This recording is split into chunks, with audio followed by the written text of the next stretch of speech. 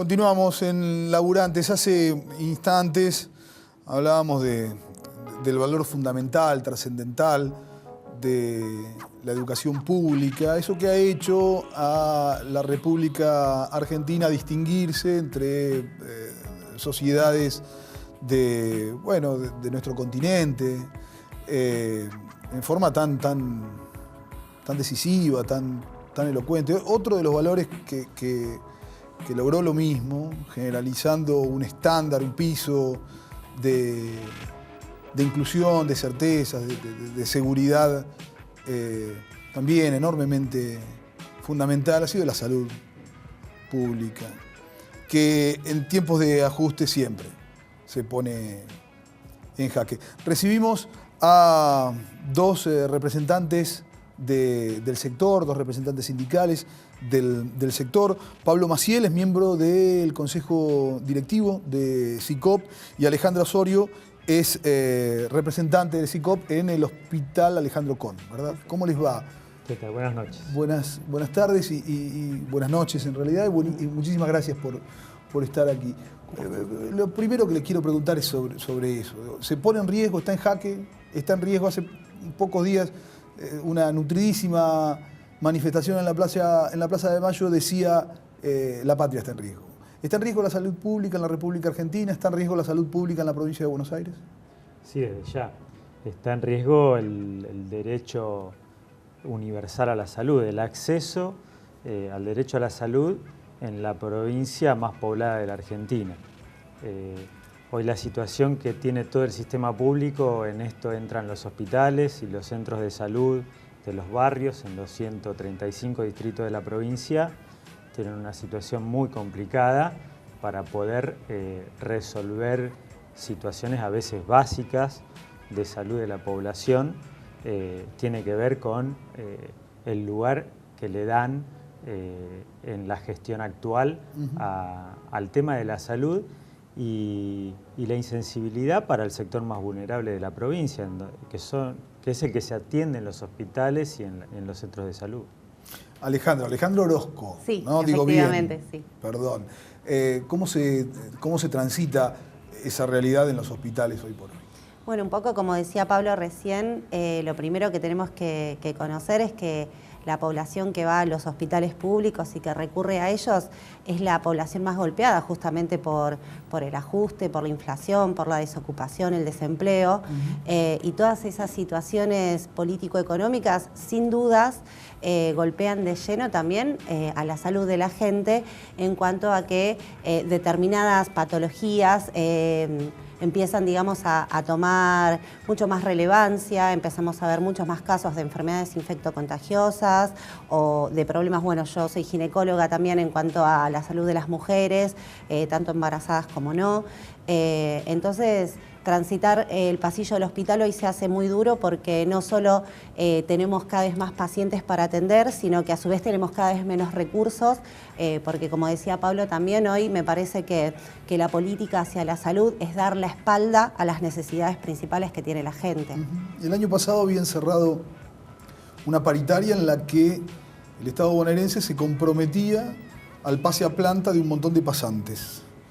Hoy por hoy nos encontramos con un ministro catalizador, Duhovne, que a pie juntillas con uno de los preceptos que marca el Fondo Monetario Internacional para nuestra región y en particular para nuestro país, acaba de anunciar el congelamiento de las plantas públicas. Es decir, esa promesa, de algún modo, aquella promesa del 2017, en el 2018, en este 2018, sería improbable. ¿Qué ha pasado con esa promesa del gobierno bonaerense en la paritaria del año anterior?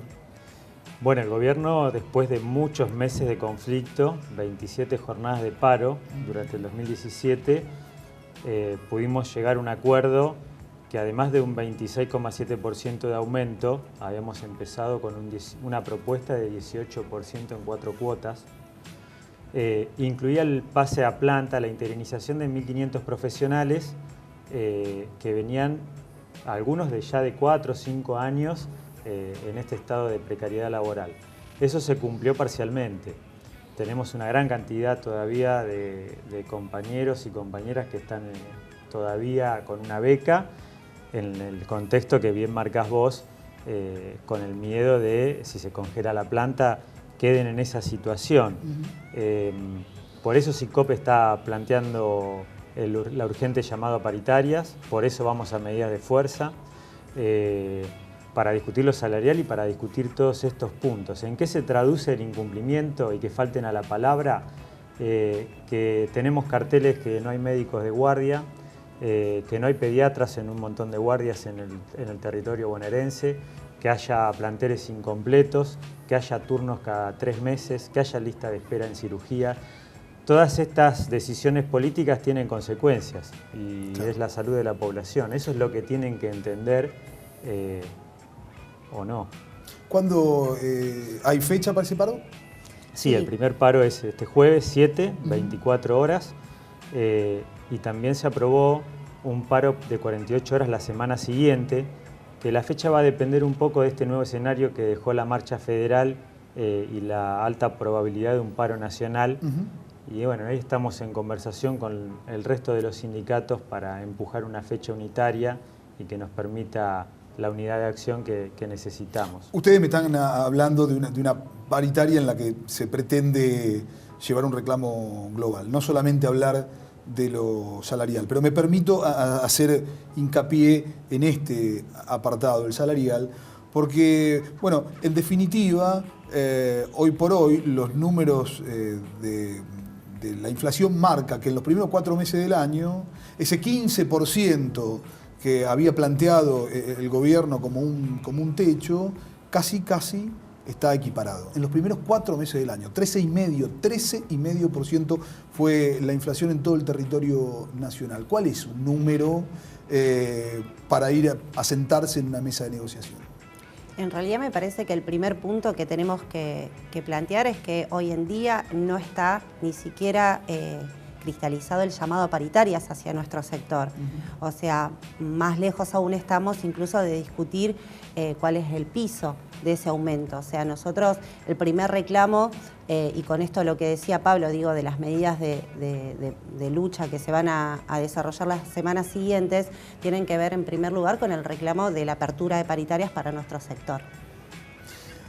Hemos visto en las últimas semanas algunos videos de alguna cirugía que tuvo que terminarse con la luz de los teléfonos. Traslado en el hospital de niños de chiquitos recién nacidos, también en condiciones de extrema debilidad, precisamente por un corte de luz y porque no había combustible para los generadores que le dan autonomía energética a uno de los hospitales más importantes que tiene América Latina, seguramente en cuanto a la atención infantil. Digo, esas características que por ahí aparecen como muy rimbombantes y toman estado público a través de las redes sociales y demás, se repiten frecuentemente, a menudo, diariamente. Sí, por supuesto.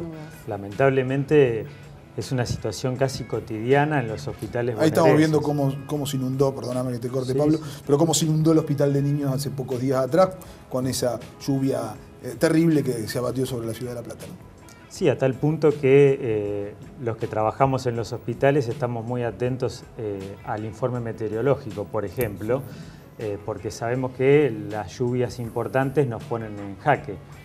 Se inundan neonatologías, terapias intensivas, quirófanos, comprometen gran parte de los hospitales. Tiene que ver con el abandono de hace mucho tiempo de los hospitales, la falta de presupuesto y después la política deficitaria que ha llevado adelante la actual gestión de centralizar los pocos recursos en las áreas de guardia y en el SAME como única política de salud. Hoy en el sistema de salud de la provincia ingresás solo por guardia, con una visión muy parcial de una problemática que es mucho más compleja, que requiere de una mesa de diálogo en la que podamos opinar los trabajadores, los que hacemos el día a día el sistema de salud, y poder abordar todo esto con una política integral. La verdad es que las consecuencias son estas.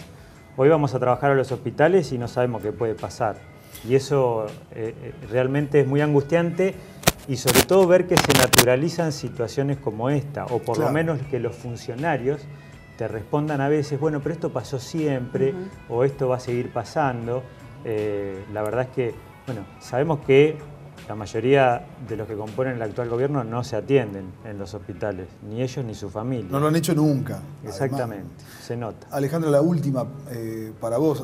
Nos contabas que sos ginecóloga. Sí. Hoy por hoy la sociedad argentina debate el aborto. Además, una de las manifestaciones de la sociedad argentina, organizada republicanamente, el Congreso de la Nación también lo debate. Contame cuál es tu postura en términos de conocedora desde el sistema de salud pública de esa problemática. Sí, sin dudas lo que nosotros en nuestro servicio, en cada uno de los consultorios y recorriendo el pasillo del hospital, lo primero que tenemos que decir es que hoy la situación de la salud sexual y reproductiva de las mujeres es un problema de salud cotidiano, que día a día nos enfrentamos con pacientes con diferentes realidades, pero con un problema en común. Y que es tarea de todos, me parece, con las diferentes responsabilidades, pero atender a ese problema de salud. A mí me tocará desde mi rol como profesional, como mujer de esta sociedad también, a los gobernantes y a cada uno de los responsables en ese congreso, y me parece que le tocará su parte, pero lo que me parece que hoy no tenemos que desconocer es que este problema de salud está instalado, que hoy las mujeres se mueren, es un factor, digamos, de riesgo o es un factor de mortalidad para las mujeres, la falta de política o la política actual de salud sexual y reproductiva. Me parece que lo principal, hay varios puntos a entender en esto. Por un lado, que hoy el aborto en la Argentina se hace. No estamos discutiendo si se va a empezar a hacer o no. Hoy se hace. Lo que estamos discutiendo es en qué condiciones se van a realizar, si van a ser dentro del marco de la salud pública, si con profesionales que estamos dispuestos a estar a cargo de estas pacientes, o si se van a seguir haciendo de manera clandestina, poniendo en riesgo la vida de un montón de mujeres.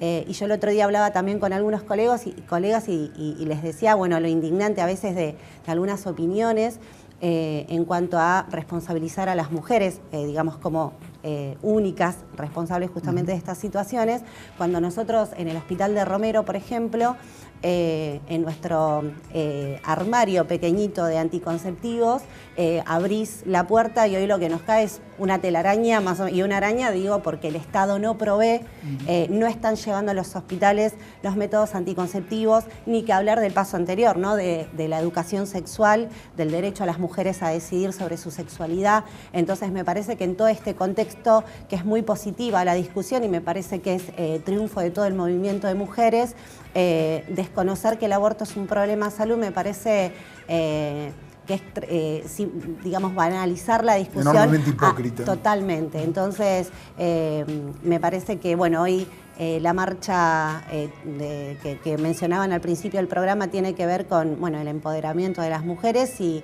en este sentido el debate que se viene en el Congreso me parece que es principal y que estamos, me parece que a poquitos pasos de poder hacer historia en este país y es responsabilidad de todos protagonizar desde el lugar que nos toca este gran paso que podemos dar. Así ojalá estemos a la altura. En ese sentido, obviamente, bueno, con mucha expectativa con respecto a este tema. Ojalá que sí.